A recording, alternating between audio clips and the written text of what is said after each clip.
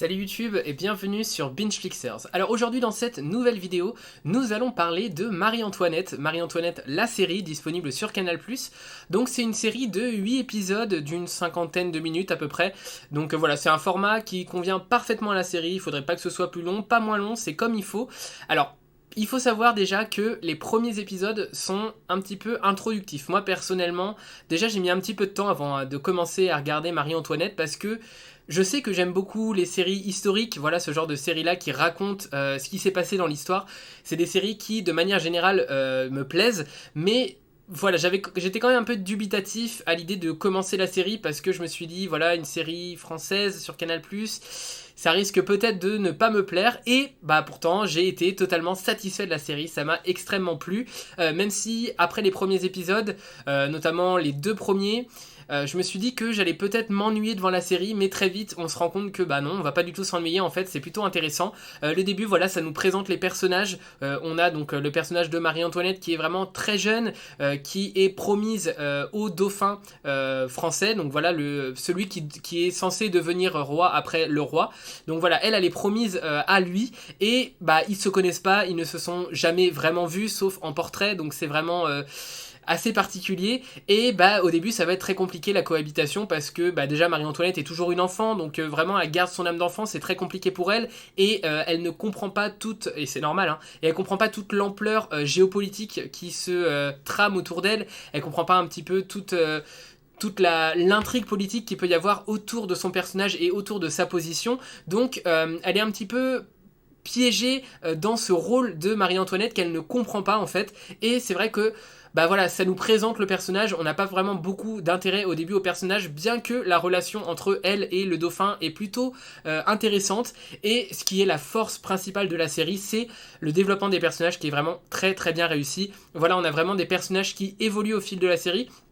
Donc comme je le disais par exemple, Marie-Antoinette, elle devient vraiment, elle apprend à devenir reine, vraiment, on voit vraiment ce développement autour du personnage qui passe lentement mais sûrement de l'enfant à l'adulte et qui devient vraiment une reine et qui va redimensionner un petit peu la royauté en France et qui va réécrire Versailles à sa manière, qui va apporter sa légèreté et en même temps sa classe, son féminisme aussi. Voilà, elle apporte plein de nouvelles choses, plein de belles choses à la royauté, notamment, enfin en tout cas dans la série, parce que personnellement je ne sais pas précisément ce qui s'est passé dans la réalité. Voilà, je suis pas un expert en histoire, j'ai juste des bribes, donc c'est aussi pour ça que j'aime bien ce genre de série, parce que j'apprends pas mal de choses. Voilà, on apprend quand même des choses, même si c'est très romancé, hein, évidemment il y a toujours une grande partie de romance, mais en même temps c'est ce qui est intéressant dans les séries, donc voilà.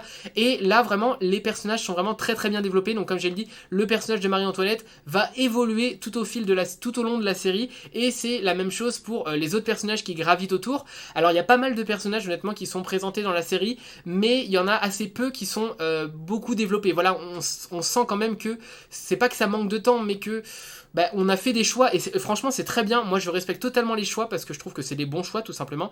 Je trouve que c'est bien amené. Voilà, les personnages qui sont développés sont bien choisis, notamment le personnage de Madame Dubarry qui est vraiment exceptionnel. D'ailleurs l'actrice, je crois que elle a joué dans Vikings, il me semble. En tout cas je l'ai déjà vue ailleurs. Et chose assez drôle, elle a tourné dans la série La Révolution sur Netflix. C'est une série absolument catastrophique sur la Révolution. C'est une série pour laquelle moi j'avais beaucoup d'attentes, mais qui est vraiment catastrophique sur la Révolution française. Ça parle de mais complètement autre chose en fait. Enfin, c'est vraiment très très particulier. Je ne vous la recommande vraiment pas. Mais voilà, en tout cas là, elle joue le rôle de Madame Dubarry dans Marie-Antoinette, pardon. Et franchement, j'adore ce personnage-là. Je trouve que c'est vraiment un personnage qui casse un peu les règles, qui s'en fout en fait de tout, qui n'a aucun respect. Enfin, si, elle a quand même du respect, mais on sent que elle sait qui elle est, elle connaît ses forces, elle connaît ses charmes et elle en profite à fond, et c'est super passionnant de voir ce personnage comme ça évoluer. C'est vraiment c'est pas l'opposé de Marie-Antoinette, mais dans certains côtés quand même c'est vraiment l'inverse de ce que peut penser et ce que peut vouloir Marie-Antoinette, mais en même temps elle va apprendre beaucoup de choses à Marie-Antoinette, et c'est en ça que le personnage aussi a une deuxième un petit peu une deuxième force en fait. C'est à la fois son intrigue qui est intéressante, et elle va servir de développement à Marie-Antoinette aussi, et c'est ça vraiment qui est intéressant dans la série, c'est que tous les personnages apprennent les uns des autres et se développent autour aussi des autres personnages en plus de se développer autour de l'intrigue, et c'est vraiment intéressant. Là on a vraiment une relation entre Madame du Barry et Marie-Antoinette qui est vraiment hyper intéressante, aussi intéressante presque que le couple royal. Voilà, le couple royal par moment c'est un petit peu mou, mais en même temps c'est posé, c'est ça, ça prend son temps de vraiment décrire ce qui s'est passé, de vraiment présenter les personnages et de rentrer en détail dans leurs relations. Et alors même si par moment ça peut être un petit peu mou, c'est pas forcément désagréable. Voilà, moi j'aime. Enfin, c'est toujours un petit peu difficile de regarder les séries quand c'est pas très rapide, quand le rythme est vraiment lent, mais là, c'est pas désagréable honnêtement, on passe quand même un bon moment parce que on apprend des choses sur les personnages et le développement qui est fait, même si c'est assez lent, et ben ça a un intérêt en fait dans le développement des personnages, ça creuse vraiment les liens entre les personnages, et comme je le répète à chaque fois presque dans chaque vidéo, voilà, moi j'adore les séries qui créent des liens entre les personnages et qui prennent le temps de les développer, même si ça prend un peu trop son temps par moment, franchement c'est hyper agréable, je préfère ça plutôt qu'une série bâclée sur les liens entre les personnages.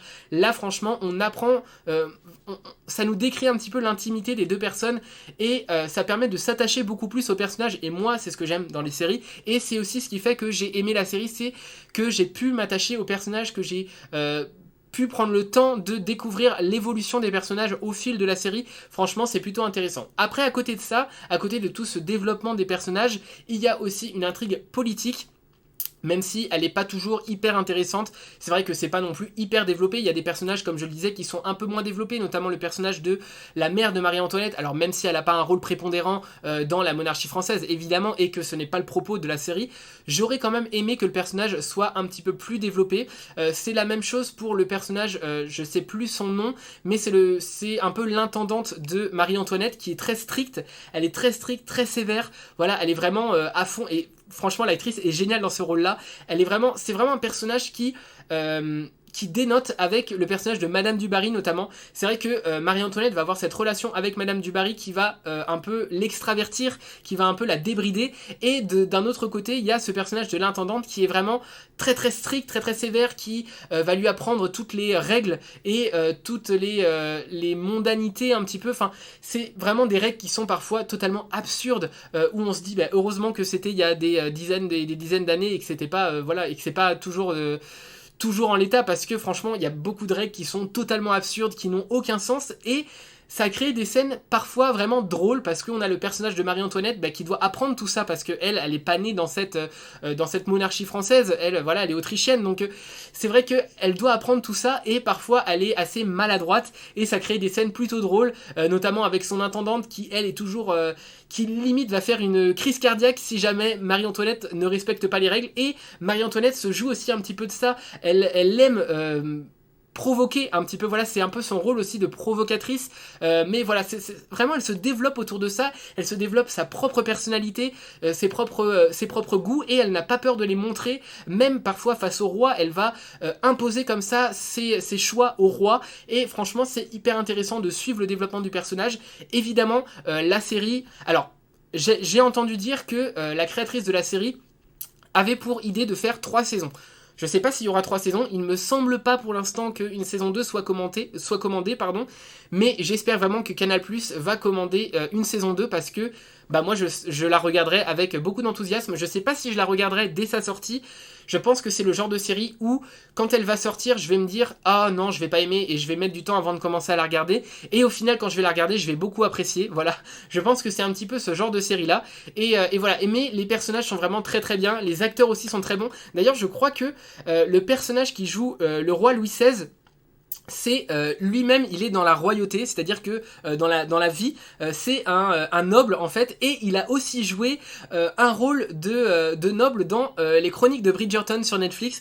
Dans Bridgerton, il a aussi joué un rôle de noble, alors je sais plus exactement lequel, mais voilà, c'est assez drôle que cet acteur-là soit noble dans la vraie vie et joue 2 rôles de roi ou de noble dans des séries. Voilà, j'ai trouvé le parallèle assez drôle, et c'est vraiment un très très bon acteur. Voilà, le roi Louis XVI, moi j'étais un petit peu dubitatif au début, parce que c'est vraiment Bah, pas forcément, il est pas forcément très charismatique, alors qu'on pourrait attendre d'un roi qui soit très charismatique. D'ailleurs, c'est plutôt le cas de Louis XV, qui lui est plutôt très charismatique, mais c'est vrai que Louis XVI est un petit peu moins charismatique que ce qu'on pourrait attendre, et pour autant, il a une certaine sensibilité qui est vraiment intéressante, et qui permet aux spectateurs aussi de se lier avec ce personnage-là, et c'est ça qui est intéressant, et c'est en ça aussi que je trouve que le personnage est vraiment intéressant, et vraiment, l'acteur est vraiment bon dans son rôle. Franchement, il a aussi tout un pan de sa personnalité qui est développé autour du personnage de Provence qui est son frère, il me semble. Voilà, l'intrigue entre lui et Provence est vraiment intéressante parce que c'est pareil, ils ont deux personnalités vraiment assez différentes, et la façon dont est construite leur relation, ça apporte vraiment un intérêt au développement de chaque personnage. En fait, comme j'ai dit auparavant, chaque personnage apprend un peu l'un de l'autre, et ça permet le développement des personnages de façon vraiment intéressante. En tout cas, voilà, moi j'ai bien aimé ce personnage du roi Louis XVI. J'ai un peu aimé tous les personnages, j'avoue, voilà. J'ai aimé beaucoup de personnages de la série parce que, bah voilà, ils prennent le temps de les développer. Donc après, il n'y a pas de secret, hein. Quand on prend le temps de développer les personnages, bah forcément, c'est beaucoup plus intéressant pour les spectateurs. Et voilà, on se lie beaucoup plus aux personnages en tant que spectateur, et on passe un meilleur moment devant la série. En tout cas, voilà, moi personnellement, j'ai passé un très bon moment devant Marie-Antoinette. Donc comme j'ai dit, série de 8 épisodes disponible sur Canal+. Si vous avez l'abonnement ciné-série, voilà, c'est un très bon abonnement que je ne fais que recommander, mais vraiment c'est exceptionnel, surtout si vous avez moins de 26 ans. C'est, je crois, 23 € si je me souviens bien, pour Disney+, Netflix, Canal+, Apple TV+, Paramount+, tout ça regroupé dans un abonnement à 23 € par mois. Franchement, bah c'est juste génial en fait, c'est vraiment un très très bon rapport qualité-prix, et vous avez comme ça des séries sur Canal+ qui sont vraiment intéressantes, dont on n'entend pas forcément beaucoup parler, parce que voilà, Canal+, c'est pas forcément un média qui est vraiment prisé par les jeunes.